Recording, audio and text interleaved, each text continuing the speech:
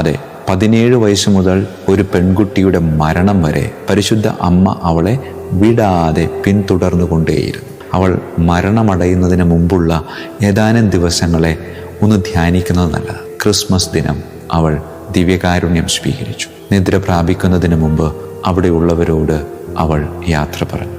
മേശപ്പുറത്ത് വെച്ചിരുന്ന വിശുദ്ധ കുരിശിൻ്റെ തിരുസ്വരൂപം എടുത്ത് ചുംബിച്ചു. എന്നിട്ട് ശാന്തമായി കർത്താവിൻ്റെ പക്കലേക്ക് യാത്രയായി. പ്രിയമുള്ളവരെ, കൊതി തോന്നിപ്പിക്കുന്ന ഒരു ജീവിതവും കൊതി തോന്നിപ്പിക്കുന്ന ഒരു മരണവും.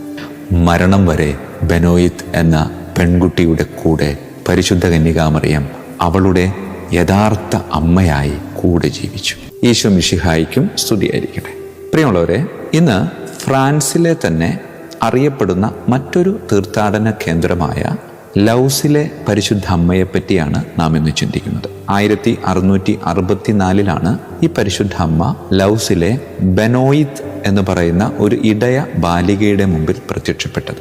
പ്രിയമുള്ളവരെ, ഈ പ്രത്യക്ഷപ്പെടൽ 1664 ആരംഭിച്ചെങ്കിലും ഇത് അവസാനിക്കുന്നത് 54 വർഷങ്ങൾക്ക് ശേഷം 1718, അതും അവൾ മരിച്ചതുകൊണ്ട് മാത്രം. അതെ, 17 വയസ്സ് മുതൽ ഒരു പെൺകുട്ടിയുടെ മരണം വരെ പരിശുദ്ധ അമ്മ അവളെ വിടാതെ പിന്തുടർന്നുകൊണ്ടേയിരുന്നു. അത് വെറുതെയുള്ള ഒരു ആത്മീയ സാന്നിധ്യമായിട്ടല്ല, ശരിക്കും ശാരീരികമായി പരിശുദ്ധ അമ്മ അവളുടെ കൂടെ നടന്നിരുന്നു എന്നാണ് പറയുന്നത്. പ്രിയമുള്ളവരെ, പരിശുദ്ധ അമ്മയുടെ പ്രത്യക്ഷീകരണങ്ങളിലൂടെയുള്ള ഈ സഞ്ചാരത്തിനിടയിൽ എന്നെ ഏറ്റവും കൂടുതൽ ആകർഷിച്ച ഒരു വ്യക്തിത്വം എന്ന് പറയുന്നത് ഈ ലൗസിലെ ബെനോയിത്ത് എന്ന് പറയുന്ന സ്ത്രീയാണ്.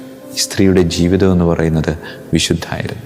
ഈ സ്ത്രീയുടെ ജീവിതത്തിൻ്റെ ദൗത്യം എന്ന് പറയുന്നത് അനേകരെ ഈ വിശുദ്ധിയിലേക്ക് കൊണ്ടുവരിക എന്നുള്ളതായിരുന്നു. ഈ പ്രത്യക്ഷീകരണത്തിൻ്റെ പ്രധാനപ്പെട്ട സന്ദേശം എന്ന് പറയുന്നത് ആളുകളെ പാപത്തിൻ്റെ അവസ്ഥ മനസ്സിലാക്കി പശ്ചാത്തപിച്ച് കുമ്പസാരിച്ച് വിശുദ്ധ കുർബാന സ്വീകരിക്കാനായി നീ പരിശ്രമിക്കണമെന്നാണ് പറയുന്നത്. അവൾ പരിശ്രമിച്ചു.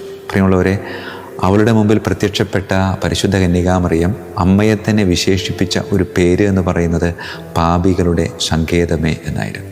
അതെ, യഥാർത്ഥത്തിൽ പാപികളുടെ അഭയമായി ഒരാലയം പണിയണമെന്നും ആ ആലയത്തിൽ ഏറ്റവും കൂടുതൽ പ്രാധാന്യം കൊടുക്കേണ്ടത് കുമ്പസാരത്തിനും കുർബാനയ്ക്കുമാണെന്നും അങ്ങനെ ക്ഷമിച്ച് കുമ്പസാരിച്ച് കുർബാന സ്വീകരിച്ച് അനേകം മക്കൾ എൻ്റെ മകൻ്റെ ഹൃദയത്തിൽ ഒരിടം നേടണമെന്ന് പരിശുദ്ധ അമ്മ ആഗ്രഹിക്കുകയും അത് ഇവളെ അറിയിക്കുകയും ആ ഒരാഹ്വാനം ജീവിതത്തിൽ പാലിച്ചുകൊണ്ട് മരണം വരെ അമ്മയുടെ വിശ്വസ്ത അടിമയായി അവൾ ജീവിച്ചു എന്ന് നമുക്ക് നിസ്സംശയം പറയാൻ പറ്റും. പ്രിയമുള്ളവരെ, അവൾ മരണമടയുന്നതിന് മുമ്പുള്ള ഏതാനും ദിവസങ്ങളെ ഒന്ന് ധ്യാനിക്കുന്നത് നല്ലതാണ്.